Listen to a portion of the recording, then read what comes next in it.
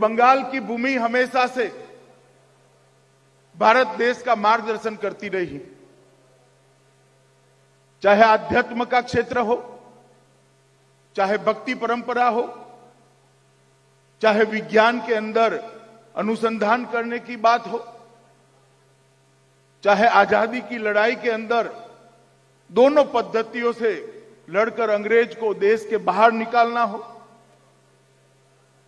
चाहे आजादी के बाद अलग अलग क्षेत्र के अंदर नए नए नवाचार ढूंढकर देश को आगे बढ़ाना हो, हर क्षेत्र में बंगाल की धरती का योगदान भारत कभी भुला नहीं सकता।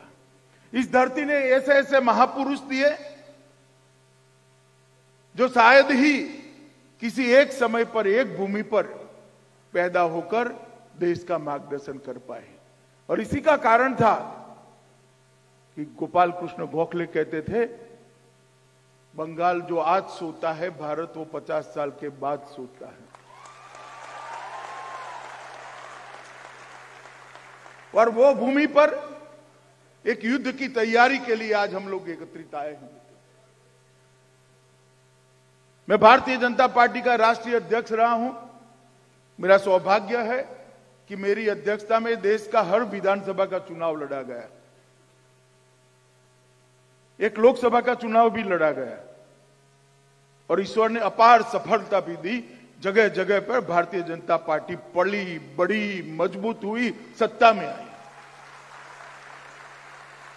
और हर जगह मैंने 2018 के साल में हर जगह मैंने सोशल मीडिया मीट इसी प्रकार की ही। कलकत्ता में भी 2018 में आया था, शायद आप में से कुछ लोग उसमें उपस्थित होंगे। मित्रों, मैं हर जगह जाता था तब कहता था कि भारतीय जनता पार्टी को मजबूत करनी है, भारतीय जनता पार्टी की नींव पाताल तक ले जानी है, भारतीय जनता पार्टी को अगले 50 साल तक भारत में शासन करे ऐसी पार्टी बनाना। और इसलिए मैं अपील करता था मेरे साइबर योद्धाओं को, आइए आप आपकी ऊर्जा इस आंदोलन के साथ जोड़िए, इस चुनाव के साथ जोड़िए, भारतीय जनता पार्टी के साथ जोड़िए और भारतीय जनता पार्टी को विजयी बनाइए। मैंने यहां पर भी कहा था, बंगाल में कहा था, कलकत्ते में कहा था, मगर आज भारतीय जनता पार्टी के सभी साइबर योद्धाओं को मैं कहना चाहता हूं, ये लड़ाई भारतीय जनता पार्टी को मजबूत बनाने की नहीं है। ये लड़ाई ममता दीदी को उखाड़ फेंकने की नहीं है। ये लड़ाई सत्ता परिवर्तन की नहीं है। ये लड़ाई एक दल को बदलकर दूसरे दल को सत्ता दिलाने की नहीं है, एक मुख्यमंत्री बदलकर दूसरे मुख्यमंत्री को बिठाने की नहीं है, कुछ मंत्रियों को बदलने की नहीं है। ये लड़ाई हमारे बंगाल को सोनार बांग्ला बनाने की लड़ाई है।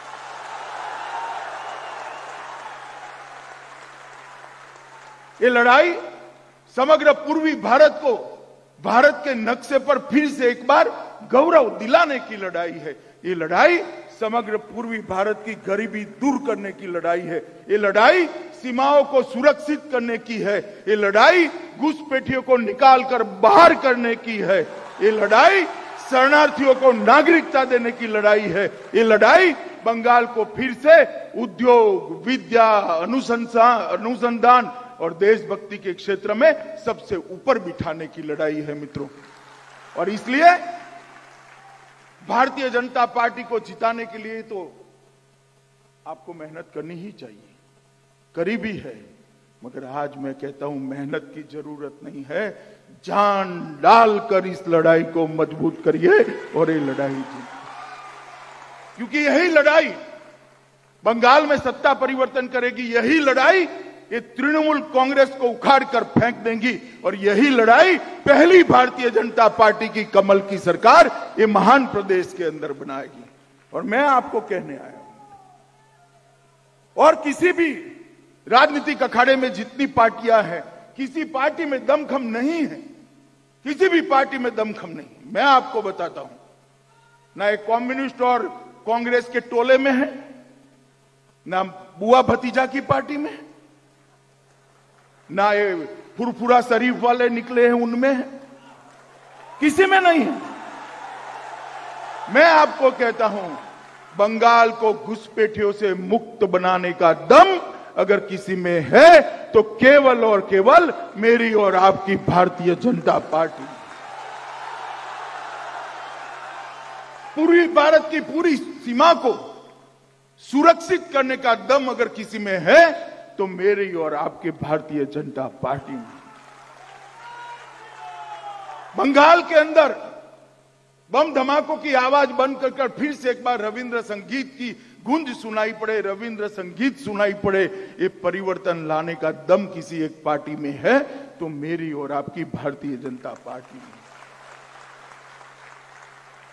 दशकों तक जिस बंगाल ने भारत के आर्थिक विकास का नेतृत्व किया, वो बंगाल को फिर से एक बार भारत के जीडीपी के अंदर सबसे ऊपर ले जाने का दम अगर किसी एक पार्टी में है तो मेरी और आपकी भारतीय जनता पार्टी में।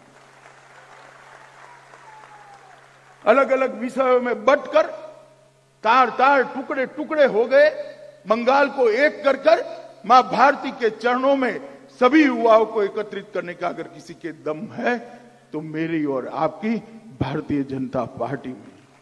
और एक टुकड़े टुकड़े जो गैंग है, ये टुकड़े टुकड़े गैंग को कंट्रोल में कर बंगाल के बाहर बंगाल की खाड़ी में फेंकने का अगर किसी में दम है तो मेरी और आपकी भारतीय जनता पार्टी। इसलिए सत्ता परिवर्तन किसी राजनीतिक दल को बदलने के लिए नहीं है, यह सत्ता परिवर्तन किसी व्यक्ति को मुख्यमंत्री बनाने के लिए नहीं है, ये सत्ता परिवर्तन किसी को एमएलए एमपी मंत्री बनाने के लिए नहीं है, ये सत्ता परिवर्तन पूरे पूर्वी भारत को भारत की मजबूत भुजा बनाने के लिए है मित्रों। इसलिए मैं आपको कहता हूं कि आपके जोश और खरोश की जरूरत नहीं है, इस लड़ाई में आप जान डाल दो। इतने परिश्रम की और इतनी मेहनत की जरूरत है मित्रों। आज ये सभागार खींचोखींच भरा है, बाहर भी लोग खड़े, आपका उत्साह दिखाई पड़ता है, मगर मित्रों जब युद्ध जीतना होता है तो सिर्फ उत्साह नहीं होता है, जोश के साथ होश भी चाहिए, शौर्य के साथ रणनीति भी चाहिए, रणनीति के साथ रणनीति की समीक्षा करने वाली टीम भी चाहिए, और समीक्षा कर उसका विश्लेषण कर रणनीति को पुनः व्याख्यायित करने वाले नेतृत्व भी चाहिए। और ये सभी बाहर से नहीं आएगा, आप लोगों के बीच में से ही आएगा। ये पारिक बैठा है, इसके अलावे हम सब बैठे, कोई 50 साल के बाद होगा नहीं होंगे हम 50 साल के बाद, कोई नहीं होगा मंच पर, मगर आप 50, 60, 75 साल तक इस देश को आगे बढ़ाने वाले युवा हो, इसलिए आपकी जिम्मेदारी ज्यादा है, इसलिए आपकी जिम्मेदारी ज्यादा है। और मैं अभी भी कहता हूं कि सिर्फ केवल भारतीय जनता पार्टी की सरकार बनाने के लिए काम करना है तो मित्रों आराम करना, किसी फ्रेंड के साथ व्हाट्सएप पर गपशप लगाना काम मत करना। भारत के अंदर परिवर्तन लाने के लिए, पूर्वी भारत को मजबूत बनाने के लिए, यहां की गरीबी को दूर करने के लिए, यहां की घुसपैठ को समाप्त करने के लिए, यहां से सारे शरणार्थियों को सिटीजनशिप अमेंडमेंट एक्ट के तहत नागरिकता देने के लिए अगर काम करना है तो इस अभियान के अंदर आप सभी का स्वागत है। और मैं आपको आह्वान करने के लिए आया हूं कि आप सब आइए और ये पवित्र उद्देश्य को सिद्ध करने के लिए ईश्वर ने जो क्षमता आप में डाली है, मेहनत करने की, सोचने की, विचारने की, विचारों को जमीन पर उतारने की, इसका 100% ऑप्टिमम यूटिलाइजेशन ये आंदोलन को मजबूत करने के लिए करिए, ऐसा मेरे आप सबको आह्वान करने के लिए आया मित्रों। और मैं तो देख सकता हूं, ये बात सही है कि मैं थोड़ा ऑप्टिमिस्टिक आदमी हूं, परंतु मुंह से जो निकल जाता है ईश्वर कई बार सच कर देता है। और मुझे मालूम है कि बंगाल में 200 से ज्यादा सीटों के साथ भारतीय जनता पार्टी की सरकार बनने वाली है। मेरा आपसे निवेदन है कि जब ये विजय का एनालिसिस हो, इसका विश्लेषण हो और राजनीतिक चुनाव के विश्लेषण करने वाले पंडित जब विश्लेषण करने के लिए बैठे तो ढेर सारे कारण आएंगे इसमें। ममता को शासन करना नहीं आया, मतवा समाज उनसे नाराज था, रामशूद्र समाज उनसे नाराज था, घुसपैठियों के कारण नाराजगी थी, भ्रष्टाचार के कारण नाराजगी थी, भाईपो के कारण नाराजगी थी, कई सारी चीजें आई। परंतु मैं आपको कहने आया हूं कि सबसे पहला कारण आना चाहिए कि मेरे साइबर योद्धाओं ने ऐसा पराक्रम किया कि ये 200 सीटों की लड़ाई हम जीती। और ये चैलेंज हम मंच पर बैठे हुए लोगों के लिए नहीं है, ये चैलेंज आपके लिए है। आज आप ये चैलेंज उठाकर यहां से जाइए, तय कर जाइए, निर्णय कर जाइए, निश्चय करने के जाइए, और निर्णय और निश्चय के लिए पीछे आपके पुरुषार्थ को जोड़ने का एक अदम्य फैसला कर जाइए। तभी जाकर एनालिसिस में आता है। आप लोगों को शौक होगा तो कभी दिल्ली में मेरे पास जरूर आना, मैं बताऊंगा आपको कि चुनावी एनालिसिस में किस प्रकार से हार और जीत दोनों के कारणों को रेखांकित किया जाता है, किस प्रकार से हार और जीत दोनों कारणों को इसका इतिहास बनता जाता है। और इस सभागार में जो युवा बैठा है, मैं चाहता हूं कि ऐतिहासिक बंगाल विजय का आप हिस्सा बनिए और वो चुनाव के विजय में आपका नाम आना ही चाहिए। मित्रों, आज पोर्टल और मोबाइल ऐप को मैंने लॉन्च किया है। मोदीपारा वेबसाइट www.modipara.com पर ढेर सारी इंफॉर्मेशन है। ये आपको हमेशा गाइड कर सकती है। एक ही स्थान से हमारे कार्यकर्ता, समर्थक, मतदाता, भाजपा की केंद्र सरकार, भाजपा की राष्ट्रीय इकाई, राज्य की इकाई, ये सब इंफॉर्मेशन आपको कलेक्टिव एक ही जगह से मिल सकती है, जिसका उपयोग आप कंटेंट जनरेशन के अंदर कर सकते हैं। और मैं मानता हूं ये ऐप को हर रोज आधे घंटे देखने की आदत यहां बैठे हुए हर साइबर योद्धा ने डालनी चाहिए और 2 करोड़ लोगों को इसके साथ जोड़ना चाहिए। और 2 करोड़ लोग जुड़ते हैं तो लगभग हर परिवार में हमारी एंट्री होगी, क्योंकि 10 करोड़ लोग हैं, आबादी 10 करोड़ है। 2 करोड़ लोगों को जोड़ने का लक्ष्य रखना चाहिए और उन तक हमारी बात पहुंचेगी। गुंडे क्या कर लेंगे ममता दी के, बताइए तो। अरे इसके मोबाइल में घुस जाइए, इसके दिल में घुस जाइए, इसके दिल में अपनी जगह बना दीजिए। गुंडा कुछ नहीं कर सकता, वो आकर कमल के निशान पर पतन दे।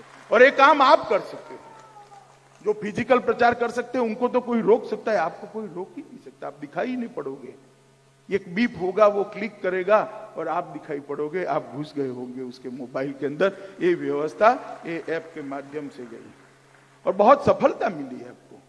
मैंने थोड़ी जानकारी ली, पायलट चरण के अंदर ही 90,000 से ज्यादा पंजीकरण हुआ है। कुछ ही दिनों में 9 दिन में 2 लाख से ज्यादा लोगों ने विजिट किया है और 9 दिन में 3,16,000 एंगेजमेंट्स मिले हैं। मगर कल ही आंकड़ा दुगुना करना चाहिए। यहां से घर पर जाते जाते ही आप सारे हमारे कार्यकर्ता मोदीपाड़ा को डाउनलोड करें, इसको देना चाहिए मित्रों। और ये पंजाब बंगाल के सोशल मीडिया वॉरियर्स का उनका दायित्व है कि इसको आगे बढ़ाइए। मित्रों, बंगाल के अंदर हमारे काम को 3 हिस्सों में हमें बांटना है। सिर्फ सरकार बनाने से काम नहीं होता है, सरकार भी लोगों की शक्ति से काम करती है। कोई नेता जन समर्थन के बगैर लोकतंत्र के अंदर सफल नहीं हो पाता। सरकार तो कई बन जाती है मगर विफल हो जाती है। अगर हमें सफल सरकार चलानी है तो बंगाल की धार्मिक और सांस्कृतिक चेतना को, बंगाल की आत्मा को जगाना पड़ेगा। कोई शुद्ध राजनीतिक बात लेकर जाए तो शायद स्वीकृति मिले न मिले, मगर बंगाल के इतिहास को, बंगाल की धार्मिक और सांस्कृतिक चेतना को जागरूक करते हुए आपके अभियान को आगे ले जाएंगे तो निश्चित ही आपको स्वीकृति मिलेगी। स्वतंत्रता के बाद एक काम हुआ, स्वतंत्रता के बाद कांग्रेस, कम्युनिस्ट और तृणमूल कांग्रेस के 3 हिस्सों में बंगाल का जो पतन हुआ है, आजादी के पहले बंगाल कहां था? पूरे देश की राजधानी हुआ करता था। जीडीपी में बंगाल का योगदान क्या था? कैसे कम होता गया, कैसे कारखाने बंद होते गए, कैसे संकुचितता आई, कैसे घुसपैठ हुई, कैसे गुंडे घुसे राजनीति के अंदर, कैसे हिंसा आई। और आप इस सबसे मुक्त करने के लिए बंगाल की जनता ने दीदी को मौका दिया। दीदी ने कहलवा दिया कम्युनिस्ट तो बहुत अच्छे थे। इतना खराब किया कि लोगों को कम्युनिस्ट अच्छे लगने लगे, ऐसा शासन किया। इसको भी चरणबद्ध तरीके से आपने लोगों तक पहुंचाने का काम कर। तो पहला, धार्मिक और सांस्कृतिक चेतना को जगाना। दूसरा, बंगाल का जो हास हुआ, नीचे पतन हुआ है इतने सालों में, धीरे धीरे धीरे धीरे कर कर ये बंगाल की जनता को हमने बताना पड़ेगा। और तीसरा, ये जो हिंसा की राजनीति शुरू करी है कम्युनिस्ट और तृणमूल कांग्रेस ने, इसके प्रति एक जन चेतना को जागरूक करना पड़ेगा। क्या आप वोट देने न जा पाए, इस प्रकार की सरकार चाहते हैं? हम पूछ सकते हैं या नहीं पूछ सकते मतदाता को कि आप कैसी सरकार चाहते हैं? कि आप आपका वोट न दे दो, पंचायत के चुनाव में किसी को पर्चा न डाल दे दो? किस प्रकार की सरकार है? उखाड़ फेंके इस सरकार को। ये बुलंद आवाज के साथ लोगों के बीच में जाना पड़ेगा। कम्युनिस्ट और तृणमूल कांग्रेस की हिंसा की राजनीति को हमने उजागर करना पड़ेगा मित्रों। और मैं मानता हूं कि दुर्गा विसर्जन और रामनवमी और वसंत पंचमी के दिन सरस्वती पूजा करने का भी अधिकार हमें नहीं है, तो आजादी का कोई अर्थ ही नहीं है। मुझे बताइए, दुर्गा विसर्जन बंगाल में नहीं होगा तो क्या पाकिस्तान में होगा? बंगाल की हर माता को, हर बेटी को ये शार्प क्वेश्चन पूछिए। आप बच्चे को पूछिए कि रविंद्रनाथ टैगोर और ईश्वर चंद्र विद्यासागर ने जो परंपरा को संजोया था, संभाला था, आगे बढ़ाया था, वो सरस्वती पूजा क्यों नहीं हो रही है? कौन रोक रहा है आपको?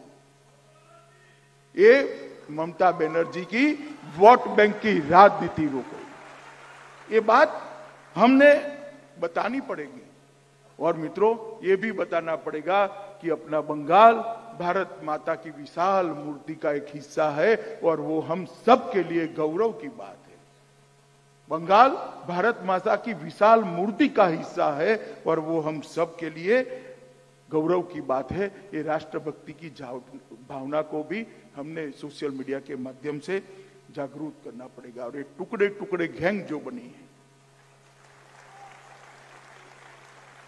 बंगाल से लेकर जेएनयू तक, जो कहते हैं कि भारत तेरे टुकड़े हो 1000, ये टुकड़े टुकड़े गैंग को, उसका परिचय भी बंगाल की जनता को कराना होगा। मित्रों, मैं आपको इतने ही कहने आया हूं कि जो परिवर्तन हमने करना है, ये परिवर्तन सिर्फ जोश से नहीं होगा, होश के साथ होगा। आज हमारे पास एक ऐसा नेतृत्व है जो पूरी दुनिया में सबसे ज्यादा लोकप्रिय नेतृत्व अगर किसी के पास है तो हमारे पास है श्री नरेंद्र मोदी का नेतृत्व। नरेंद्र मोदी जी के हर उद्गार को, हर बात को, उनकी हर योजना को बंगाल के घर घर तक पहुंचाने में ये सभागार में जितने लोग बैठे हैं वो सक्षम है। कर सकते हो आप, अगर प्लानिंग के साथ किया। आपकी संगठन प्रदेश स्तर पर है, जिला स्तर पर है और कुछ जगह पे मंडल स्तर पर भी है। मैंने थोड़ी जानकारी यहां आने से पहले ली है। तो जिला स्तर पर एक टीम बनी है, प्रदेश स्तर पर एक टीम बनी है, मंडल स्तर पर एक टीम बनी है और जिला स्तर पर एक टीम बनी है। और ये तीनों टीमों के मेरे हिसाब से आपने 4 टुकड़े करने की जरूरत है। सबसे पहला, एक टीम में एक हिस्सा होगा जो देश और विदेश की और बंगाल की सभी राजनीतिक घटनाओं का पॉलिटिकल एनालिसिस करेगा। पॉलिटिकल एनालिसिस कर कर, शार्प क्वेश्चन खड़े कर कर और सटायर बनाकर आप दे दोगे कंटेंट बनाने वाली टीम को। तो दूसरी टीम होगी कंटेंट बनाने वाली, जो पॉलिटिकल एनालिसिस हमारे पास उपलब्ध होगा उसको कंटेंट में परिवर्तित करेगा और कंटेंट इस प्रकार से बनाएगा कि चुभने वाला हो, झंझोड़ने वाला हो, उसको हमारे साथ जोड़ने के लिए मजबूर करने वाला हो, इस प्रकार के कंटेंट बनाने वाली टीम को भी बनाना पड़ेगा। तो पहली टीम पॉलिटिकल एनालिसिस करने वालों ने, दूसरी टीम कंटेंट की निर्मित करने वाली की टीम, और तीसरी टीम कंटेंट को हर कार्यकर्ता और हर व्यक्ति को पहुंचाने वाली टीम। 3 टीम हुई, मैं फिर से बोलता हूं। एक टीम पॉलिटिकल एनालिसिस करने वाली, दूसरी टीम कंटेंट बनाने वाली, तीसरी टीम कंटेंट पर से जो सटायर और सवाल खड़े होते हैं उसको जन जन तक पहुंचाने वाली, और चौथी टीम होगी उसका फीडबैक लेकर फिर से कंटेंट टीम को देने वाली कि यार तू क्या मसाला बनाता है, कोई जो देखता ही नहीं है, या तो इतना अच्छा बनाया है कि ये एकदम वायरल हो गया। ये फीडबैक भी इसके पास जाएगा। ये 4 हिस्सों में आपने आपकी सोशल मीडिया की टीम को बांटना पड़ेगा, इसकी जिम्मेदारी तय करनी पड़ेगी, और चारों टीम से एक एक व्यक्ति हर रोज सुबह 9 बजे बैठता है, तभी ये सोशल मीडिया की लड़ाई हम जीत सकते हैं। भारत माता की जय का नारा जरूर लगाइए, मगर भारत माता की जय तभी हो सकती है कि भारत माता के बेटे और बेटियां आयोजन के साथ भारत माता को जय दिलाने के लिए परिश्रम करें। सिर्फ जोश से नहीं हो सकता। आपके काम का बुद्धिगम्य विभाजन करना पड़ेगा। आपके काम को 4 टुकड़ों में बांटकर करना पड़ेगा, और ये काम मैं मानता हूं आप जैसे युवाओं के लिए बहुत ज्यादा मुश्किल नहीं है, आप कर सकते हो।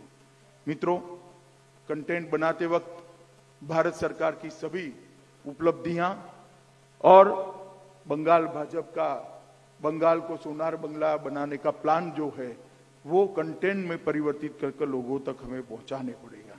एक सकारात्मक अभियान खड़ा करना पड़ेगा। उसके बाद जो वो जगह पहुंचने के लिए, सोनार बांग्ला के लक्ष्य में पहुंचने के लिए जो रोड़े हैं वो बताने पड़ेंगे। पहले सकारात्मक अभियान, बाद में रोड़े के भाई हिंसा है तो सोनार बांग्ला नहीं बन सकता, इंडस्ट्री नहीं आ सकती। अगर चुनाव में हिंसा है तो सच्चा लोकतंत्र प्रस्तावित नहीं हो सकता। अगर युवा गुमराह है, युवा हिंसा के रास्ते पर चल गया है तो बंगाल का विकास नहीं हो सकता। इसको फिर देने की बात, और बाद में स्थानीय मुद्दों को प्राधान्य देने की बात, मंडल के मुद्दे, जिले के मुद्दे, प्रदेश के मुद्दे, इसको भी आपने देना पड़ेगा। भाषा, संस्कृति, परंपराएं, हमारी सभ्यताएं, हमारी धार्मिक मान्यताएं, इसको भी इस कंटेंट के अंदर स्थान देना पड़ेगा। तो कंटेंट का जो आप एक फूल बनाए, इसकी हर पंखुड़ी अलग अलग विषय को एड्रेस करने वाली रखनी चाहिए, और इसके साथ पॉलिटिकल सटायर और सवाल भी होने चाहिए। मित्रों, भारतीय जनता पार्टी के कुछ नेता जो इस अभियान से जुड़ेंगे, मोदी जी है, अध्यक्ष जी हैं, ये सब के ट्विटर को फॉलो करना चाहिए। यहां पर जो प्रवास में आते हैं, क्योंकि मानो आज मेरा दौरा है तो मेरे ट्विटर पर आज 50 ट्वीट आए होंगे अलग अलग घटनाओं, इसको नीचे तक पहुंचा देना चाहिए। मोदी जी की सभा है तो मोदी जी की सभा के छोटे छोटे टुकड़े उनके वक्तव्य के कर लोगों तक पहुंचा देने चाहिए। इस प्रकार से हमने आगे बढ़ना पड़ेगा, और बीजेपी की साइट है उसको भी जितनी हो सके इतनी बंगाल में ज्यादा पॉपुलर करेंगे तो ही हम करेंगे। एक सबसे बड़ा काम व्हाट्सएप ग्रुप बनाने का है। हर बूथ के अंदर एक व्हाट्सएप ग्रुप, मंडल पर उसका कोऑर्डिनेशन, हर मंडलों का जिले में कोऑर्डिनेशन, और हर जिले का प्रदेश में कोऑर्डिनेशन। तो यहां से एक मैसेज करते ही 1 घंटे के अंदर लगभग 50 लाख लोगों तक पहुंच जाए, इस प्रकार का एक जाल बुनने का काम करना पड़ेगा। और एक किया हुआ है, उत्तर प्रदेश ने 35 लाख और 18 लाख का 2 ग्रुप बनाया था, और वो सक्सेसफुली यूपी के अंदर जब हम पहली बार 300 सीटों के साथ चुनाव जीते, सब अचंभे में पड़ गए। अगर उनको मालूम नहीं था, अखबार छापे न छापे, टीवी दिखाए न दिखाए, मेरा सोशल मीडिया का लड़ने वाला कार्यकर्ता हर खबर को नीचे पहुंचा, और उसके आधार पर हम जीते थे। कैरिकेचर, कार्टून, एनिमेशन, वीडियो, हंसाने वाली चीजें, थोड़ी डराने वाली भी चीजें, ये सभी इकट्ठा कर अंदर डालनी चाहिए। क्यों भाई डर की बात करता हूं तो तुम जय श्री राम की बात करते हो। मित्रों, हमारी उपलब्धियों को ग्राफिक्स के अंदर डालेंगे तो कोई पढ़ेगा, शब्दों में डालेंगे तो कोई नहीं पढ़ेगा। तो ग्राफिक्स बनाने की भी हमने आदत बनानी चाहिए। मित्रों, मैं इतना ही कहने आया हूं कि गत विधानसभा चुनाव हुआ तब भी मैं भारतीय जनता पार्टी का अध्यक्ष था, मगर अध्यक्ष बने हुए मुझे बहुत समय नहीं हुआ था, या पर संगठन को हम मजबूत नहीं कर पाए थे। अंततोगत्वा चुनाव हार गए। मोदी जी की सरकार थी, मोदी जी इतने ही लोकप्रिय थे, मगर चुनाव हार गए थे, क्योंकि चुनाव अभियान संगठन के आधार पर लड़ा जाता है। और कोई भी पार्टी हो, ये प्रदेशवाद के आधार पर चुनाव लड़ सकती है, जातिवाद के आधार पर चुनाव लड़ सकती है, परिवारवाद के आधार पर चुनाव लड़ सकती है, नेता के नाम पर चुनाव लड़ सकती है। भारतीय जनता पार्टी चुनाव तब ही जीत सकती है जब इसका संगठन मजबूत हो, संगठन मजबूत हो। और इसीलिए 17 के अंदर हमने संगठन को मजबूत करने का तय किया और हम आगे बढ़े। कई बार तो स्थिति ऐसी होती थी कि बैठक के अंदर 35-40 लोग आते थे, मगर हिम्मत हारे बगैर बंगाल के कार्यकर्ताओं ने इसको उठाया। पैसा नहीं था, कहां से पैसा आएगा? पैसा इकट्ठा करना, सबको व्हीकल की व्यवस्था करना, प्रवास की व्यवस्था करना, इधर उधर ये वो करते करते हमारा कारवा बढ़ता गया। और 2018 में जब मैं बोला जनवरी में कि बंगाल में हमारी 20 सीटें आएगी, मेरे अलावे सब लोग मुझ पर हंसते थे, अपनी पार्टी के लोग भी हंसते थे, ये कहां से बंगाल में 20 सीट आएगी। और दीदी ने कम से कम 100 बार अंडा ऐसे बोला। मगर भारतीय जनता पार्टी के कार्यकर्ताओं ने जो कमाल किया साहब, हम वैसे तो थोड़ा मार्जिन से हारी हुई सीटें गिन ले तो 21 सीटें जीते हैं। 18 सीटें बंगाल भारतीय जनता पार्टी जीते। मैं बंगाल भारतीय जनता पार्टी के कार्यकर्ताओं को सलाम करता हूं।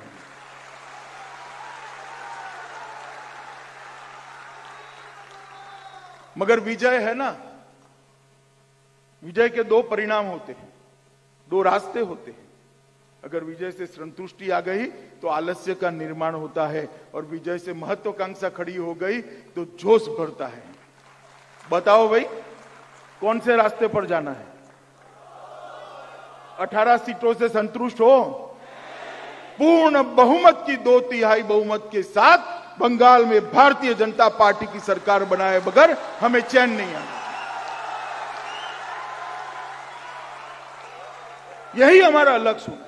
जब मोदी जी जैसा नेतृत्व हमारे पास है, दिलीप भाई जैसा नेतृत्व हमारे पास है, और लाखों करोड़ों कार्यकर्ताओं की फौज हमारे पास है, किस चीज का डर है? मित्रों, परिश्रम की पराकाष्ठा करनी पड़ेगी। परिश्रम की पराकाष्ठा करेंगे तभी ये विजय संभव है। और मुझे विश्वास है आप लोगों पर कि बंगाल की टीम ने जो 2019 के चुनाव में कराया है, उससे अनेक गुना ज्यादा अच्छा परिणाम इस बार आने वाला है। मगर इसके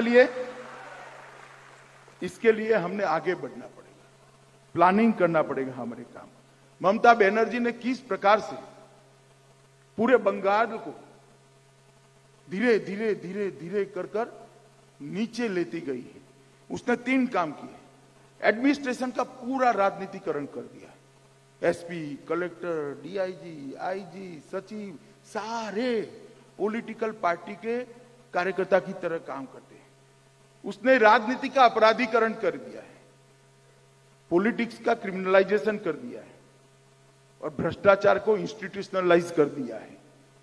अगर ये 3 चीजें को हम नहीं उठाते तो बंगाल सोनार बांग्ला नहीं बन सकता। ये तीनों चीजों को बदलने का काम भारतीय जनता पार्टी के कार्यकर्ताओं ने करना पड़ेगा। उसमें जनता को जोड़ना पड़ेगा, और जनता और युवा को जोड़ने का काम मेरे साइबर योद्धाओं से अच्छा कोई नहीं करा सकता। और मित्रों, कोई और पार्टी हो तो इसको जीतने के हजारों कारण हो सकते हैं, जुनून के हजारों कारण हो सकते हैं, एक संकल्प करने के हजारों कारण हो सकते हैं, मगर हम भारतीय जनता पार्टी के कार्यकर्ता है। हमारे 130 से ज्यादा कार्यकर्ताओं की हत्या कर दी है। खून नहीं खोलता हमारा क्या? हमारा खून खोलना चाहिए। 130 कार्यकर्ताओं को जिंदा मार दिया गया है। और अगर अब हम वो कार्यकर्ता जिस कॉज के लिए लड़ते हैं, इसके लिए हमारे 1 महीना 2 महीना 3 महीना नहीं देते हैं तो हम कार्यकर्ता रहने के लायक नहीं है। उनको श्रद्धांजलि देने के लिए यहां बंगाल में भारतीय जनता पार्टी का मुख्यमंत्री बना डाले। दिन दहाड़े हमारे कार्यकर्ताओं की हत्या करी है। और मैंने बार बार कहा है कि भारतीय जनता पार्टी दीदी हमारे कार्यकर्ता की हत्या कर दोगी तो हम डर से वापिस नहीं जाएंगे और जुनून के साथ आगे लड़ेंगे, जीतेंगे जीतेंगे जीतेंगे। और मित्रों, ये काम आप लोग कर सकते हो, आप युवा हो। धनानिया जी बैठे हैं या नहीं कर सकते? कर सकते हैं क्या? बताओ। आप कर सकते हो, जो युवा है वो कर सकता है। और युवाओं ने ये काम करना चाहिए। मित्रों, बंगाल के वैभव की पुनः प्राप्ति हमारा लक्ष्य होना चाहिए। बंगाल के अंदर भारतीय संस्कृति का पुनः स्थापन हमारा लक्ष्य होना चाहिए। और बंगाल के अंदर हमारी धार्मिक मान्यताओं का सम्मान हमारा मोटिव होना चाहिए। ये तीनों चीजों को लेकर हमने बंगाल के चुनाव के अंदर जाना है मित्रों। और मैं आपको बताता हूं, एक बार आप बंगाल जीतिए, बंगाल के बाद ओडिशा, ओडिशा के बाद तेलंगाना, तेलंगाना के बाद आंध्र और आंध्र के बाद केरल की जड़ी लग जाएगी, क्योंकि सागर ये सबको जोड़ता है। यहां से जो भावनाओं का पुल खड़ा करेगा, ये समंदर लेकर जाएगा ओडिशा, ओडिशा से तेलंगाना, तेलंगाना से आंध्र, तमिलनाडु होते हुए केरल तक जाएगा और भाजपा का भगवा समग्र भारत के ऊपर भर जाएगा। और इसके लिए हमारे सोशल मीडिया के सभी कार्यकर्ताओं ने सोनार बांग्ला के निर्माण में हमने लगना है। ममता दीदी की चिंता मत करिए, भारतीय जनता पार्टी के कार्यकर्ताओं ने अच्छों को सीधा करा है, जरा भी चिंता मत करिए आप।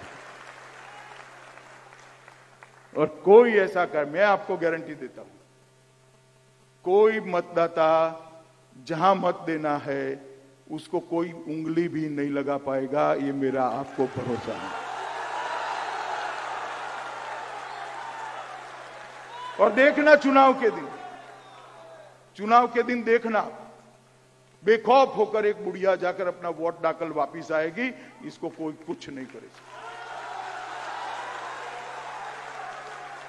परंतु मतदाताओं को जागरूक करने का काम, मतदाताओं को हमारे अभियान के साथ जोड़ने का काम, मतदाताओं को हमारे लक्ष्य के साथ जोड़ने का काम, हमारा लक्ष्य उसका लक्ष्य बन जाए, इस प्रकार का काम करने की जिम्मेदारी इस सोशल मीडिया के हमारे साइबर योद्धाओं की है। मुझे एक जगह पे जाना है, थोड़ा मैं देरी से आया हूं, कभी आऊंगा ढंग से बात करूंगा आपके जिलों में भी मैं बैठने वाला हूं आपके साथ।